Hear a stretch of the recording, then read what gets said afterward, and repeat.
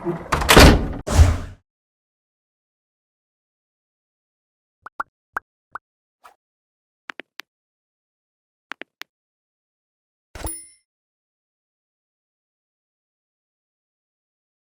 select your own subtitles, please follow the steps. हमारे देश में बहुत से काबिल बच्चे ऐसे हैं जो पैसे की कमी के कारण कंप्यूटर कोर्स नहीं कर पाते। हम quality detail course free of cost उन्हें उपलब्ध कराना चाहते हैं। यदि आप हमारे वीडियो को पूरा देखते हैं, लाइक करते हैं, सब्सक्राइब करते हैं, तो यूट्यूब के एल्गोरिदम इन वीडियो को उन तक पहुंचा देगी। आपका ये छोटा सा प्रयास बहुत से लोगों की जिंदगी बदल सकता है। दोस्तों, आज हम बात करेंगे मल्टी सब ऑब्जेक्ट की। मल्टी सब ऑब्जेक्ट मटेरियल में एक ऐसा ऑप्शन है जिसके माध्यम से हम एक ही मटेरियल स्लॉट में जितने मटेरियल की जरूरत हो उतने रख सकते हैं। ये इंपॉर्टेंट टॉपिक है और काम के दौरान हमें इसकी जरूरत पड़ती रहती है। मान लो हमारे पास कूलर का एक 3D मॉडल है, लेकिन वो एक ही सिंगल ऑब्जेक्ट है। उसमें कई पार्ट हैं, जैसे उसकी बॉडी है, साइड में लगने वाले उसके ढक्कन है, उसका फ्रंट है, फैन है। ये सब अलग अलग ऑब्जेक्ट है, तो उन पर मटेरियल भी अलग अलग होंगे, लेकिन ये सब ऑब्जेक्ट एक ही मॉडल है। ऐसी कंडीशन में जब मॉडल एक हो और उसके अलग अलग भाग पर अलग अलग मटेरियल टेक्सचर अप्लाई करना हो, तो हम मल्टी सब ऑब्जेक्ट का यूज करते हैं। उदाहरण के तौर पर मैंने इस सीन में एक क्यूब बनाया हुआ है जो कि सिंगल ऑब्जेक्ट है। अब मटेरियल एडिटर बॉक्स खोलते हैं। इधर पहले ही अलग अलग स्लॉट में टेक्सचर इंपोर्ट किए हुए हैं जो कि इस क्यूब के अलग अलग सरफेस पर अप्लाई करेंगे। पहले इस क्यूब का जो पीवट पॉइंट है उसे सेंटर में ले आते हैं। पीवट पॉइंट को ऑब्जेक्ट अपना सेंटर मानता है। जब हम रोटेट करते हैं तो उसी के चक्कर लगाता है। अगर पीवट पॉइंट बाहर हुआ तो रोटेट करते टाइम ऑब्जेक्ट अपने खुद के एक्सिस पर नहीं घूमेगा, या पीवट पॉइंट के चक्कर लगाने लगेगा। अब इस ऑब्जेक्ट को मॉडिफायर में जाइए और इसके सेक्शन में जो एलिमेंट है इसे सिलेक्ट कर लो। अब विंडो सिलेक्शन से पूरे ऑब्जेक्ट को सिलेक्ट कर लेते हैं। अगर आपने सेक्शन में एलिमेंट्स को सिलेक्ट किया हुआ है तो आपको विंडो सिलेक्शन की जरूरत नहीं है। क्लिक करने पर पूरा एलिमेंट एक साथ सेलेक्ट हो जाएगा। अब सिलेक्शन टूल को एक्टिव करो। एलिमेंट्स एक्टिव होना चाहिए। कंट्रोल पैनल में नीचे की ओर आओ। यहाँ पर पॉलीगन में मटेरियल आईडी है। अभी हमने एलिमेंट्स के द्वारा सभी पॉलीगन सेलेक्ट कर रखे हैं। इन सभी पॉलीगन को एक मटेरियल आईडी पर सेट कर दो। आप कंट्रोल पैनल में जाके एलिमेंट्स की जगह पॉलीगन को एक्टिव करो। अब एक पॉलीगन को सेलेक्ट करो और इसके आईडी को 2 पर सेट कर दो। इसी प्रकार एक एक करके सभी पॉलीगन को सेलेक्ट करके उनके मटेरियल आईडी सेट कर दो, 3, 4, 5 इस तरह से।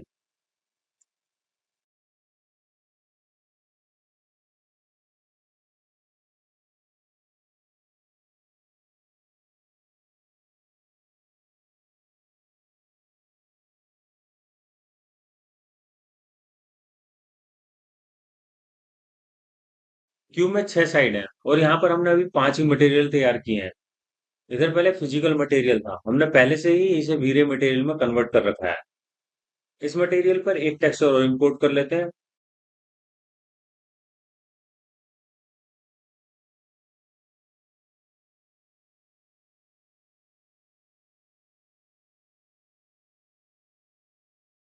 अब इससे अगले मटेरियल स्लॉट को सिलेक्ट कर लेते हैं और इस क्यूब पर ये जो बाहर की तरफ किनारी है इस पर हम गोल्ड का कलर अप्लाई करेंगे।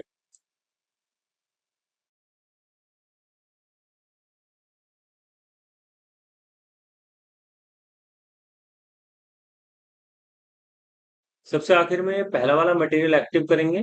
यहाँ पर फिजिकल मटेरियल है, इसकी जगह यहाँ मल्टी सब ऑब्जेक्ट मटेरियल इंपोर्ट करेंगे। आप इस पर क्लिक कीजिए, जनरल में आइए, ऊपर से छठे नंबर पर मल्टी सब ऑब्जेक्ट है, इसे इंपोर्ट कर लीजिए। इस मटेरियल के अंदर यहाँ पर मटेरियल आईडी दिए हुए हैं। बाय डिफॉल्ट यहाँ पर अभी 10 मटेरियल आईडी है।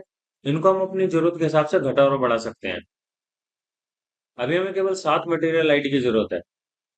इसमें से 3 को घटा देते हैं। पहले मटेरियल आईडी को सिलेक्ट करो, इसमें गोल्डन मटेरियल को ड्रैग एंड ड्रॉप करो। कॉपी जगह इंस्टेंट ही लो। अगर हम मेन मटेरियल में कोई चेंज करेंगे तो वो यहाँ खुद ब खुद हो जाएगा। इसी प्रकार से बाकी सभी मटेरियल को ड्रैग एंड ड्रॉप कर दो।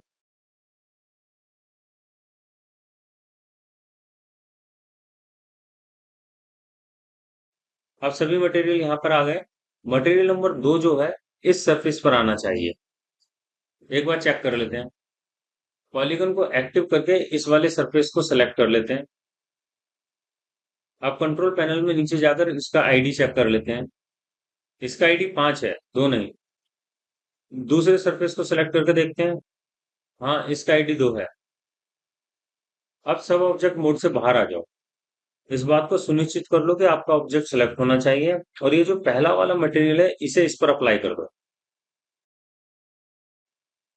टेक्सचर अभी भी ठीक नजर नहीं आ रहा है, इनको ठीक करने के लिए इसको यूवीडब्ल्यू मैप अप्लाई करो।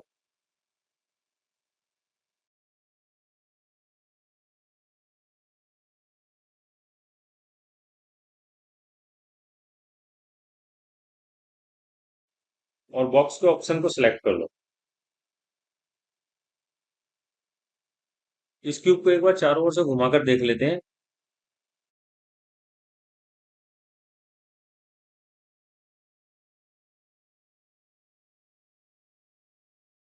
सभी टेक्सचर इसमें सही नजर आ रहे हैं। उम्मीद है मल्टी सब ऑब्जेक्ट का कॉन्सेप्ट आपको समझ में आ गया होगा और उसको यूज करने का तरीका भी आपको समझ में आ गया होगा। हमारे इस वीडियो को लाइक कीजिए, कमेंट कीजिए और शेयर कीजिए।